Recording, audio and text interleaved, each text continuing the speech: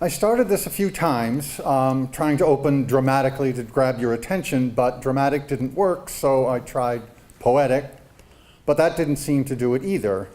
So I decided to just dive in and open up with what I'd really like to tell you. My depression is not my fault.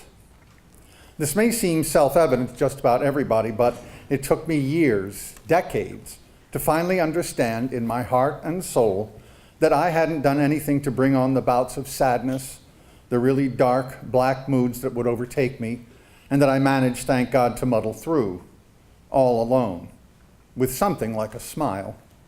And thank God, without acting on the thoughts of hurting myself that had started coming up when I was a sophomore in college, where I also started self-medicating with alcohol. And I did make a couple of attempts. I even wrote a one-act play about a college student who commits suicide. A professor in the drama department at Northeastern University thought it was good enough to be produced on television. And early one Sunday morning, it aired on a local Boston TV station, followed by a panel discussion.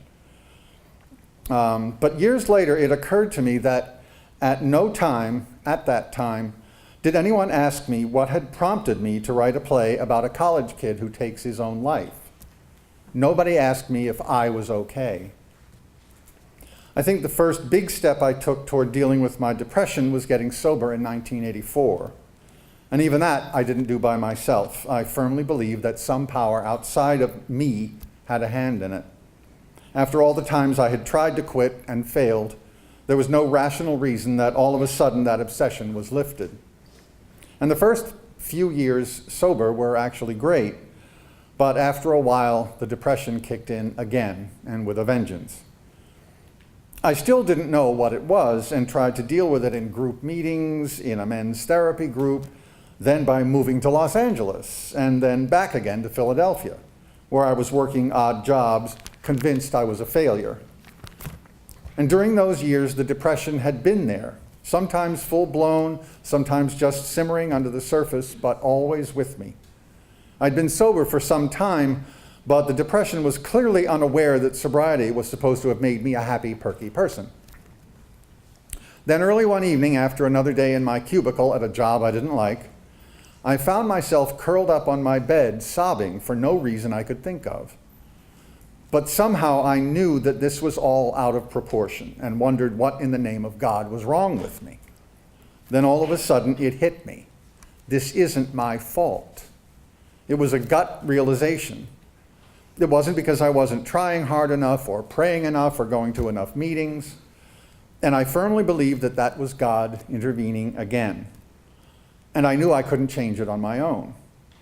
So a friend suggested a therapist he knew, and after weeks of talk therapy that didn't seem to help much, he determined that I suffered from depression. So it had a name. It was official.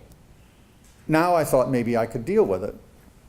I went to a psychiatrist who confirmed the diagnosis and prescribed medication. From then on, things changed dramatically for me. I went through a lot in the following years, but I was on an even keel. Then, last February, after 20 years on antidepressants, 34 years of sobriety and occasional therapy, I began to think again of harming myself.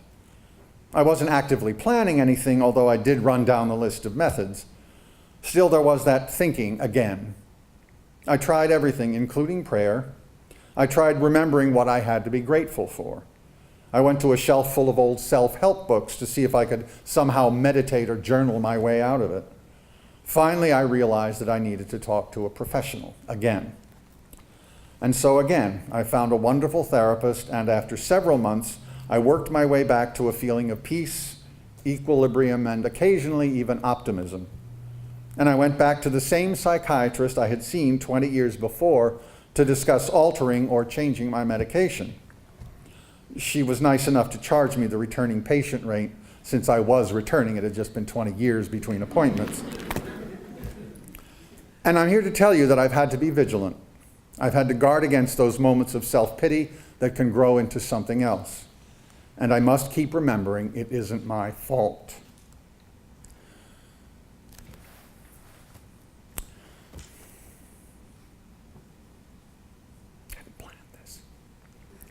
There's a line in one of the books I turn to from time to time about living a contented, useful life. Contentment. I'm fine with that. And I think along the way that I have been useful. I was there to be able to take care of my father at the end of his life. I'm guardian for my younger brother who was born with Down syndrome. I'm realizing that achievements don't have to be on a grand scale, but I am an actor and a playwright, and I hope that what I've shared with you tonight has been at least a little useful. Thank you.